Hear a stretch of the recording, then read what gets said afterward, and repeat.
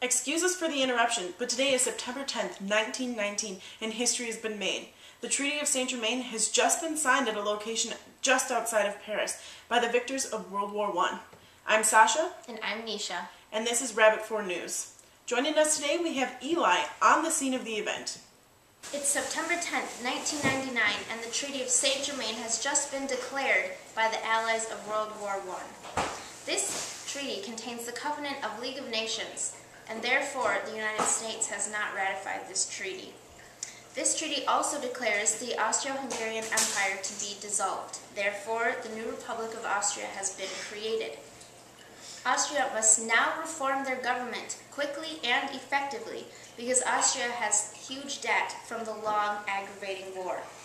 The land has been damaged due to the war tactics, and reform needs to begin.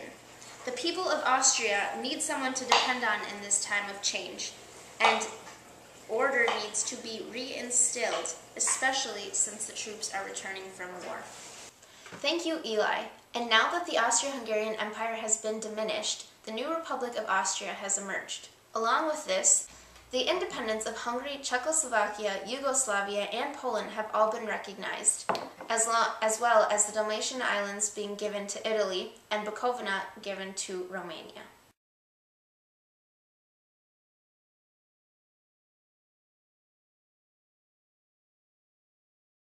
The Allies hope that these new nations will adopt democracy, but because when the borders were set up, the small cultural groups were not taken into consideration. Therefore, agreeing on a government and politics will be difficult. Restrictions have now been placed on Austria. They are no longer allowed to engage in political or economic unions with Germany. Their army is limited to 30,000 members. They must pay reparations for 30 years and guarantee independence, integrity, racial and religious linguistic minorities. With these restrictions, the Allies hope to create peace throughout Europe. They also hope that this will prevent further conflict or the spread of communism. And that brings us to our word of the day. The trivia word of the day is Bolshevik, and we're going to be taking callers for this. Our first caller. It's what the Russians say after they sneeze.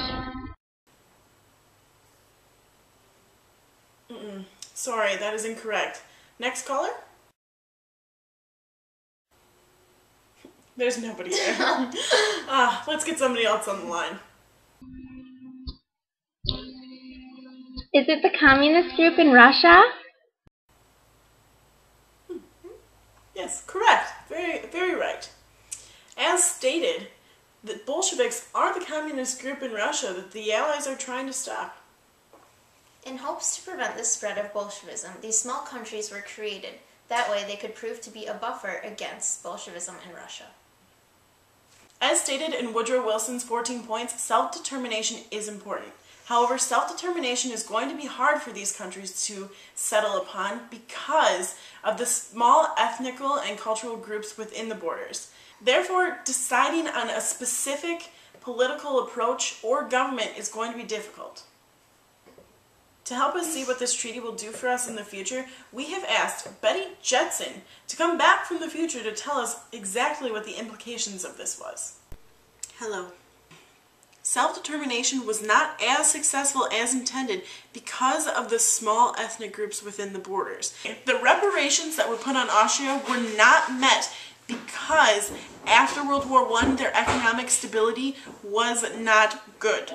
Also, in 1936, they built a large army, which violated the treaty. Thank you, Betty. Thank you. Overall, this treaty had a lot to do with Austria. Post-World War I, Austria faced a lot of food shortages and, as a country, was in a lot of need. Therefore, in an effort to pay back the Allies, the government began to rapidly print more and more money, causing inflation in the country. I'm Sasha. And I'm Nisha. And this is Rabbit 4 News. Goodbye.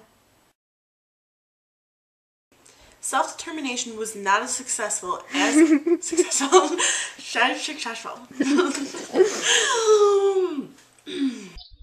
Hair's too big.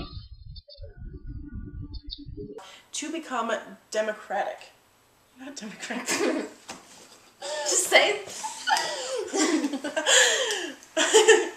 Because we're a republic.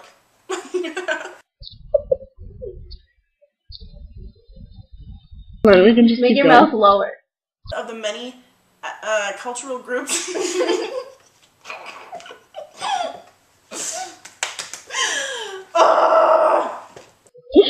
Oh, he's moment. After World War I, do they know about World War I yet? Yeah, the World War I finished. Okay.